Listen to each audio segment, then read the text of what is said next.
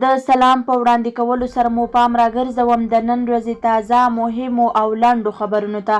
لومړی خبر: د پښتون ژغورنې غورځنګ مشر منظور پښتين په کرونا وایرس اخته شوی.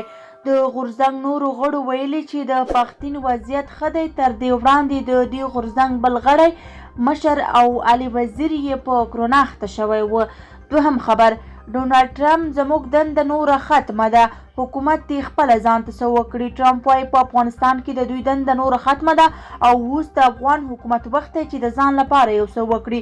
ټرمپ په یوه خبري کنفرانس کې د خبرو پر مهال ویلي امریکایي ځواکونو کلونه په افغانستان کې جګړه کړې خو اوس د پولیس په توګه هلته دنده نشي ترسره کولی چې د هر څه ساتنه وکړي. د ده په وینا اوس د افغان حکومت او افغانانو دنده ده چې د ځان ساتنې او ترهګرو پر وړاندې د جګړې په برخه کې اقدامات وکړي. دریم خبر: د ګردیز برید طالبانو یې مسؤلیت منلی. 36 کسانو ته مرجوبله اوښتې. ملي دفاع وزارت وایي ځانمرګي برید له مازدا ډوله موټر په استفادې غوښتل په ګردیز کې د دوی پر تاسیساتو برید وکړي. د سرچینې په خبره بریدګر موخې ته تر رسېدو مخکې پیژندل شوي او د افغان ځواکونو له لوري په نښه شوي. بلخوا امنیتي سرچینو ویلي چې په دې پیښه کې 15 ملکي وګړي وژل شوي.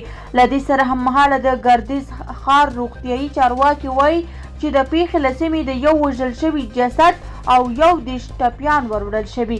څلورم خبر: د عامه روغتیا وزارت وایي په تیرو 40 ساعتونو کې د کرونا 414 مثبتې پیښې ثبت شوي.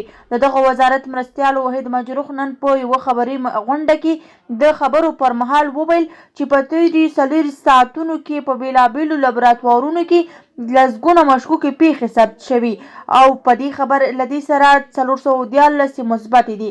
پنځم خبر: مسنداوړ د پښتون ژغورنې غورځنګ مخکښ غړی او د پاکستان د قومي اسمبلۍ غړي مسنداوړ د پاکستان له څارګر ادارې څخه د پوښتنې په بڼه غوښتي چې د خلیلزاد د پټې لیدنې جزئیات وړاندې کړي.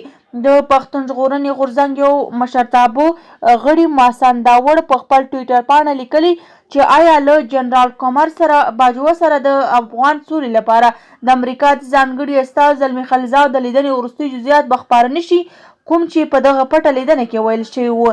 د افغان سولې لپاره د امریکا بهرنیو چارو وزارت ځانګړي استازي د پاکستان د پوځ له مشر جنرال قمر باجوه سره په پټه لیدنه کړې او داسې څه یې پکې ویلي او په کومو موضوعاتو یې بحث کړی هیڅ ډول جزئیات یې خپاره کړي نه دي. شپږم خبر: وتلي اداکار او مشهوره خپرونه چلوونکي نجیبه فیض په اعتکاف کینی او هیواد ته د خیر دعا کوي.